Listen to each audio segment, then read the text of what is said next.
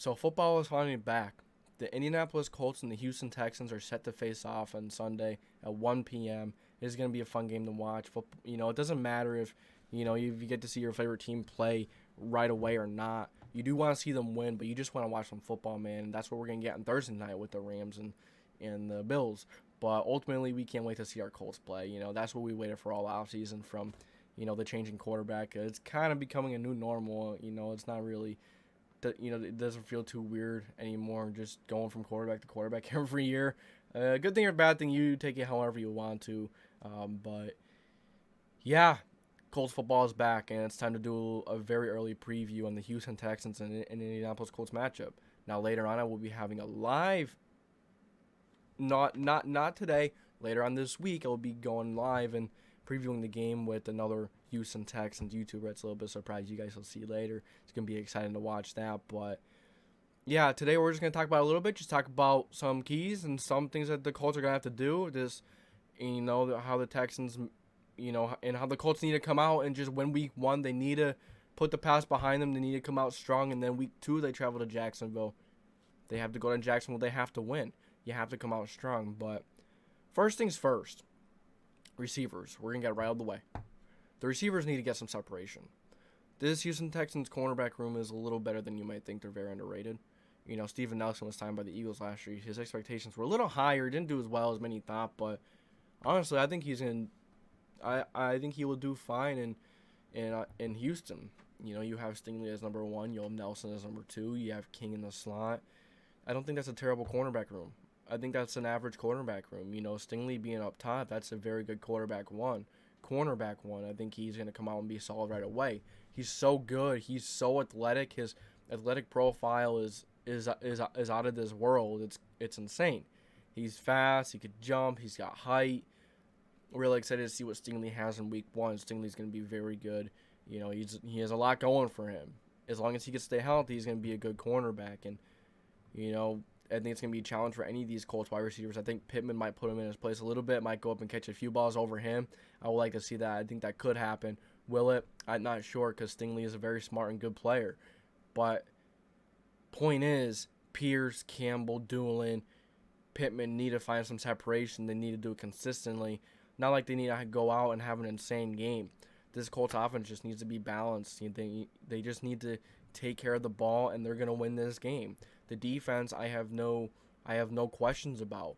But the offense, you need to get separation from the receivers. Matt Ryan didn't look too crazy in the in the preseason. We weren't very impressed. But at the end of the day, Coach Ryan. But at the end of the day, you're not calling plays to win the game in preseason. You're calling plays to put players in stressful situations, to call a basic offense, to see what you have, to see what these guys can do, in live action. So now that you have, you're in a real game, now you need to be a little more complex because teams are going to be ready. You're playing against other teams who want to win and make the playoffs. Every team has one goal. That's Lombardi. And every team is going to get as complex as they want to and as complex as they need to win any game. And that's kind of the NFL, man. It's kind of a big chess game. So I think Frank Wright's going to be creative enough. I think he's going to get a few nice plays to Hines. Taylor gets going a little bit. The offensive line, now, I think the offensive line will be okay. But my thing is with the offensive line is that I'm not a fan of Pinner, but I think we're going to get by this game because the Texans don't have a crazy good defensive line. They have a decent front seven. It's a little better than you may think, but not much better. Nothing to write home about, but it's something they could maybe get you by, maybe below average. Not absolutely terrible like many people think. It's below average, but it's not completely trash. I think the Colts are going to run just fine. Is it going to be a more pass heavy or run heavy game? That's a big question. I'm not sure myself, but I think we're going to start out running the ball a lot. If the run game just isn't working too well, which I think it should, then we'll pass more, and then we'll come back to run game, see how it's doing a little later on again. We're going to keep mixing things in. It's going to be balanced. There's not going to be one part of the game that's going to go crazy. That's going to, I'm not going to say we're going to have 300-400 yards passing. I'm not saying that we're going to have 150-200 yards rushing. I don't think that's going to happen. I think it's going to be a very balanced game. I think we're going to have decent passing. I think we're going to get some good tight end play. from Cox and Jelani Woods, Granson. We have a lot to look forward to from those guys. I think Molly Cox catches a touchdown or two in this game. I think Cox has a good week because, I'm not a fan of the Houston Texans linebacker, so I think Molly Cox or even Jelani Woods and Granson can feast off this game. It could be a big tight end game because the Houston Texans corners, as I've already mentioned, they're better than you think. They're not terrible. They're not out of this world, but Derek Stingley could be out of this world. Derek Stingley could be into a very good career. Houston Texans, you don't know. They have good players, but sometimes those good players they draft are expected to be very good. They just don't pan out. It's just what kind of happens with Texans and Jets. Those kind of teams are just unstable franchises, I guess. But if Stingley could stay healthy, he's going to be good.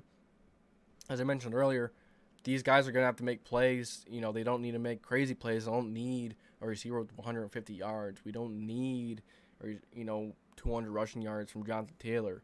We just need to have a nice balanced day, get a few touchdowns, and the defense is going to be fine. If you don't turn the ball over, early, it's going to give this Houston Texans team this thought in their head that they're really going to have a chance to beat us. They're going to think it early. They're still going to come out in confidence and all the confidence in the world and try their best to beat us. That's without a doubt. But the more you give them an opportunity to think that they have a really good chance, that they're, the longer you keep a team in the game, the better chance they have of beating you. It's just how the NFL is. It doesn't really work out when you just sit on a lead. You got to keep your foot on the gas pedal. You got to keep your foot. You have to keep the pedal to the metal. So, we don't need anything crazy from the offense. We got that out of the way. Defense, I think defense is going to be fine. I'm not too worried about the defense. I think the defense is going to stop the run game, and then they're going to pressure Davis Mills like crazy. Yeah, this Colts defense line is different. They're going to be able to pressure teams. They're going to be able to pressure opposing quarterbacks consistently. It's not going to be 1-2 games where they're going to have a lot of pressure, and then the next 3 or 4 games they have absolutely none, and quarterbacks go 20 to 24, 328 yards and 4 touchdowns, 0 interceptions. No, that's not what's going to be this year. This defense is going to get more turnovers and 3 and outs. Or you get more interceptions. I don't know about interceptions because we had a lot of interceptions last year. But this Colts team is capable of getting many turnovers. Darius Leonard potentially playing week 1. I think he will. He was taken off PUP. But I think they're going to be cautious. I think they're going to be cautious with that back. With the disc stuff, he fixed the disc. It was a nerve that's being pinched, so they took some ligament out, cut some ligaments out, so it relieves that nerve a little bit, so then his foot isn't bothering him. And if he did what he did last year with the back thing, with the disc, with the ankle, was a defensive player of the year candidate, didn't get any votes, which is kind of ridiculous, but it's whatever. It's whatever, right? But I'm really excited. Really excited for this defense. This defense is going to be big playmaking defense with Gus Bradley. There's a lot of cover 3, some man coverage. Stephon Gilmore, you could put him on an island with anybody, not really worry too much, because none of these Texans wide receivers really scare you. Brandon Cooks is very underrated. Love Brandon Cooks. I think he's a very good receiver. I don't think he's anything to take lightly, but I don't think he's something to take like a Jamar Chase or Justin Jefferson, something like that. But nonetheless, he's still talented, so you can't just let him have a good game. You let Davis Mills, you let this Texans offense get in a groove. It's going to be another dreaded week 1. Can't have that. Because then you can't go into Jacksonville with your conference low after a week like that versus Houston and expect to blow them out of the water. Jaguars is going to be a tough game no matter what in Jacksonville. We already know that. So we need to come out, and this defense needs to set the tone. The defense is going to be the side of the ball that needs to set the tone this year. This year, yeah, in this game, most importantly. Right now, 1 week at a time, but we need to set the tone in this game. Defense needs to get at Mills early.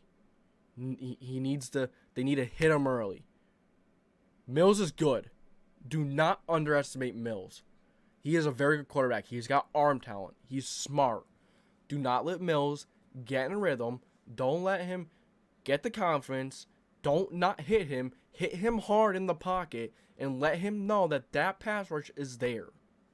That they're not coming to play light games. They're coming into this stadium. They're coming into NRG Stadium to play a hard game.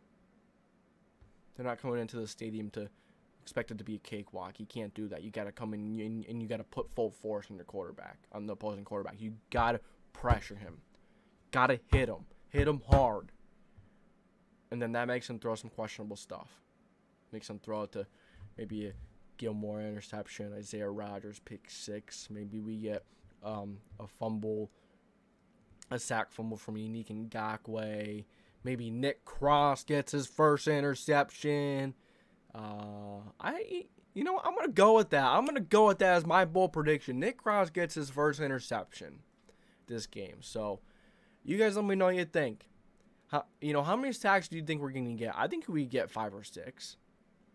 I think we get 5 or 6. We get 5 or 6. I think we win the game. I think the magic number for sacks is 5 or 6. I think the magic touchdown, the magic points for us on offense is 21, 24. I think that's more than enough to win this game. I think we'll be fine if we score 21-24. So you guys let me know what you think. Thank you for tuning in to the JDW Sports Talk Show. Colts football is finally back. Finally back. So hit that like button, hit that subscribe button if you're excited. This is JDW signing off.